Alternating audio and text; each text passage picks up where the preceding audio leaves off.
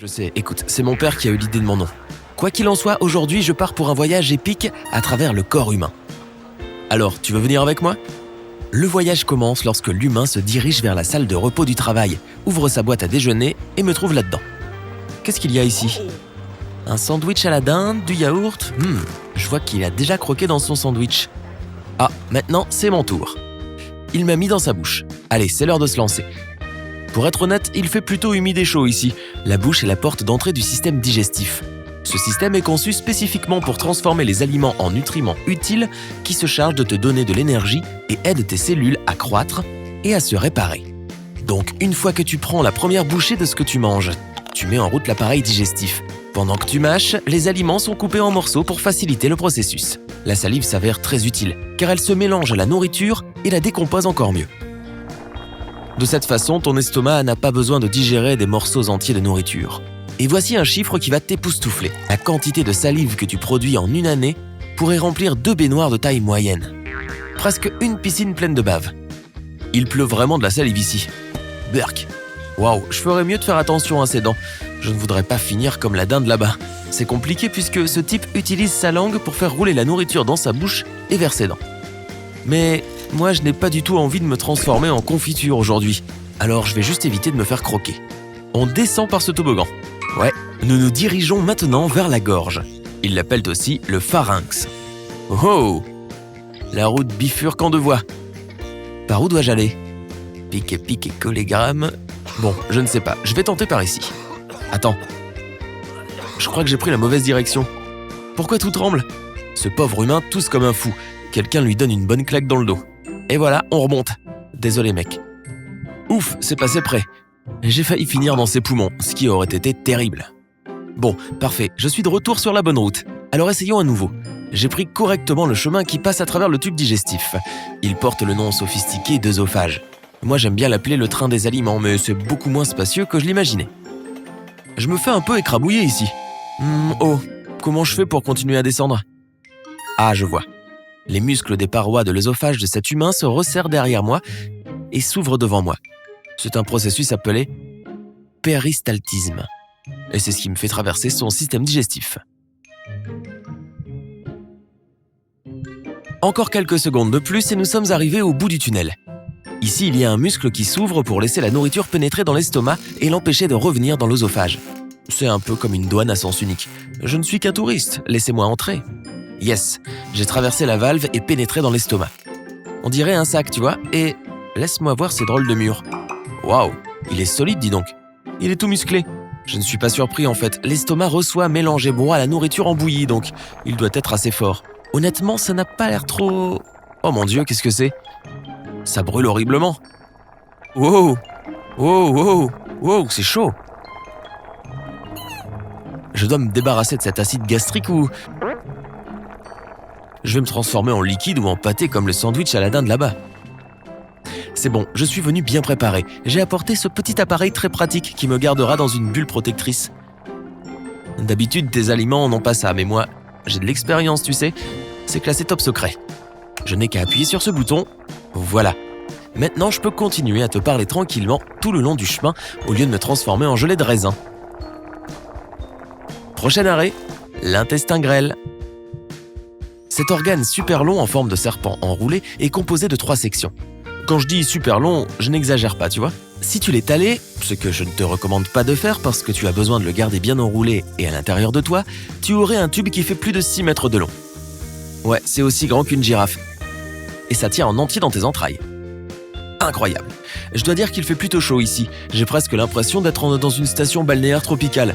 Sauf que je suis dans un océan de bile. Ah oui, t'inquiète, je suis toujours protégé par ma petite bulle, pas de souci. La bile est cruciale pour digérer les graisses et éliminer tous les déchets de ton sang. Alors tu dois être reconnaissant envers ton foie qui la produit. Ton pancréas aide également à ce processus avec quelques bonnes enzymes. Et ce truc là-bas qui ressemble à une poire, c'est la vésicule biliaire. Elle est située sous le foie et se charge de garder la bile jusqu'au beau moment. Mec, cette chose est vraiment bien enroulée, hein. J'ai des vertiges à cause des virages. Mais pas de retour en arrière maintenant. Ces parois intestinales qui se contractent me poussent toujours vers l'avant. On dirait que je suis déjà dans la dernière section de l'intestin grêle et que je passe à l'étape suivante de mon voyage, le gros intestin. Aussi connu sous le nom de côlon, c'est un tube fait avec des muscles qui mesurent de 1,5 à 2 mètres. Attends une seconde. Chut, tu entends ça? Je ne suis pas tout seul ici.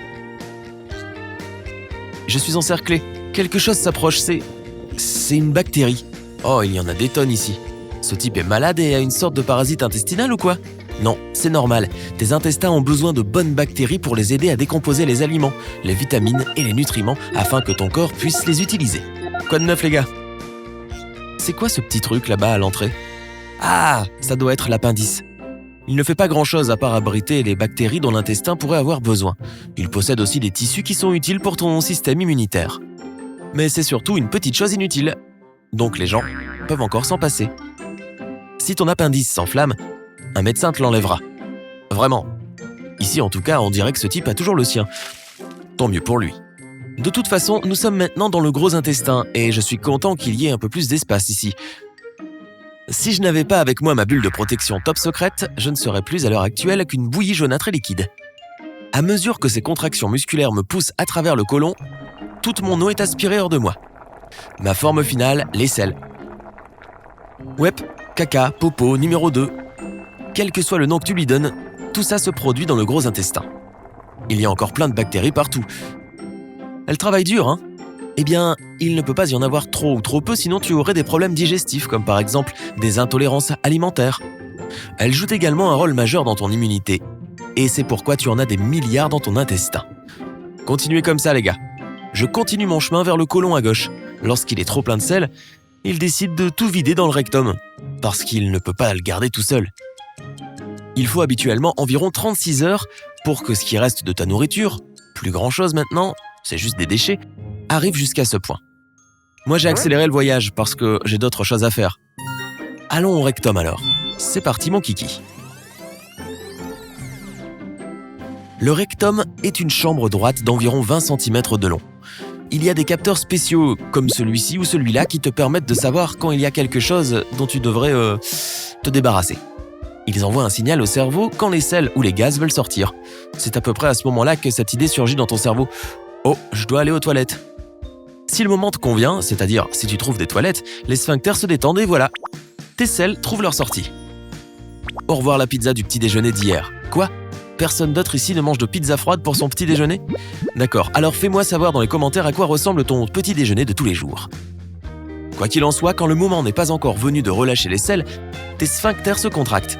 Ces capteurs situés dans le rectum aident aussi à faire disparaître l'envie de libérer son contenu pendant un certain temps. Tu devrais être heureux que ton rectum et tes sphincters travaillent dur pour garder les choses à l'intérieur quand ce n'est pas le bon moment. Comme quand tu conduis pour aller au travail, à un rendez-vous, faire des courses, dormir. Mais lorsque tu ne peux plus résister à l'envie, le sphincter externe te donne quelques minutes de plus, soit juste le temps qu'il te faut jusqu'à ce que tu arrives jusqu'aux toilettes. Je ne sais pas si mon humain est prêt, mais moi, j'aimerais vraiment y aller maintenant.